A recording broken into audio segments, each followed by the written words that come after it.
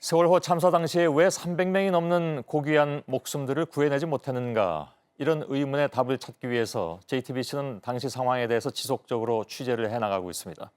오늘도 저희들이 던지는 왜라는 질문입니다. 오늘은 세월호와 쌍둥이 배라고 불리우는 오하마나호에 들어가서 사고 당시의 의문점을 직접 확인을 해봤습니다. 박성훈 기자가 다녀왔는데요. 이 자리에 나와 있습니다. 어서 오세요.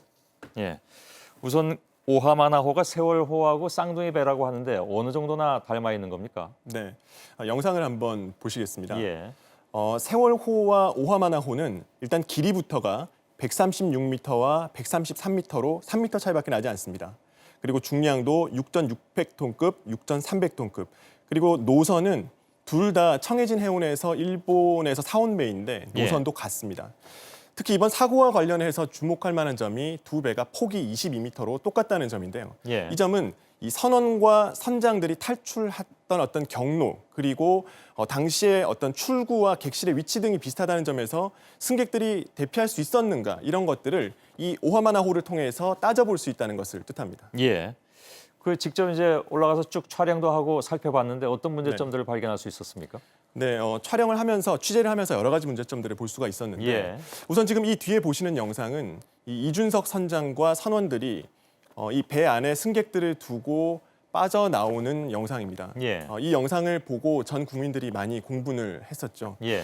그런데 제가 이 오하마나호에 타서 이 선장과 선원들이 탈출했던 이 조타실의 거리를 측정해 보니까 불과 4에서 5m밖에는 되지 않는 겁니다. 아, 굉장히 짧은 거리군요. 네, 그렇습니다. 이것은 이 선장과 선원들이 몇 발짝만 나오면 대피할 수 있었다는 점에서 이 안에 있는 동안 구조정이 올 때까지 승객들 한 명이라도 더 구조했어야 되는 게 아닌가라는 의문이 들게 하는 대목이고 예, 예. 지금 보시는 화면은 조타실에서 제가 한층 계단을 내려가 본 것인데요. 예.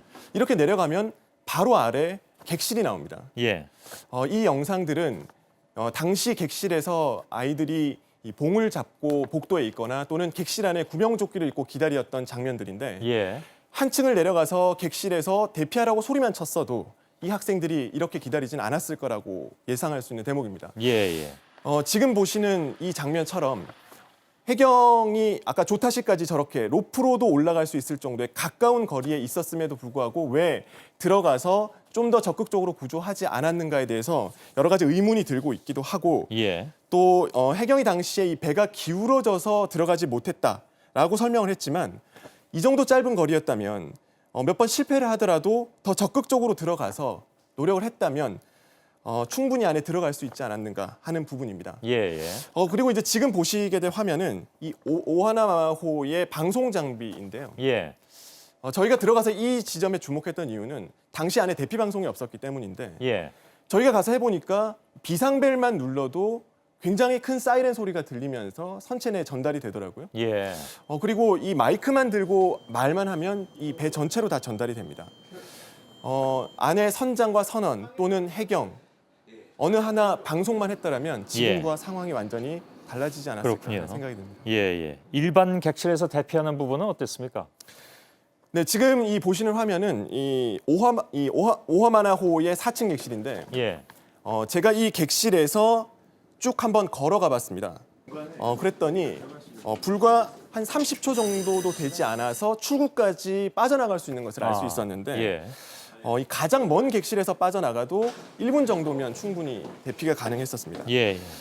또 이 가운데에 원형 홀 같은 게 있는데 그곳은 세월호와 비슷한 구조일까? 지금 보시는 화면은 5층의 큰 객실입니다. 예, 예. 세월호와 거의 비슷하고요. 지금 이런 객실들이 있지만 이렇게 조금만 걸어 나가면 바로 출구가 이렇게 바로 있었던 것이죠. 예, 예. 그럼에도 불구하고 이렇게 학생들이나 또는 승객들이 많이 대피하지 못했던 것은 침몰이 시작된 직후부터 1시간이 넘도록 대피 방송 한번 하지 않으면서 예. 객실에 갇혀 있었기 때문으로 판단됩니다. 계속 가만히 있으라고 했으니까요. 네. 예. 구조 장비도 알려진 것과는 좀 달랐습니까? 어떻습니까? 네, 그렇습니다. 저희가 여러 번 보도를 해드렸지만 예. 16번이라는 비상 채널이 있지 않습니까? 그런데 예. 왜 그것을 안 썼고 또 제주 VTS라는 12채널을 연결했는가?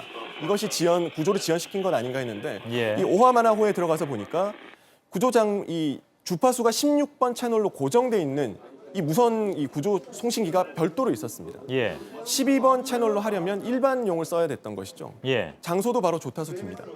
이런 것이 바로 가까이 있는데도 12번 채널로 했다는 것은 어떤 다른 의도가 있는 것이 아닌가라는 의문이 들기도 했습니다. 예. 또 이 마지막 보시는 화면은 이 고박 장치인데요.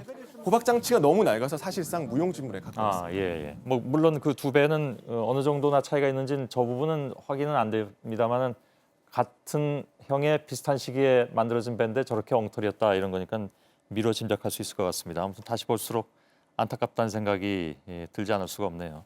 박성훈 기자 잘 들었습니다.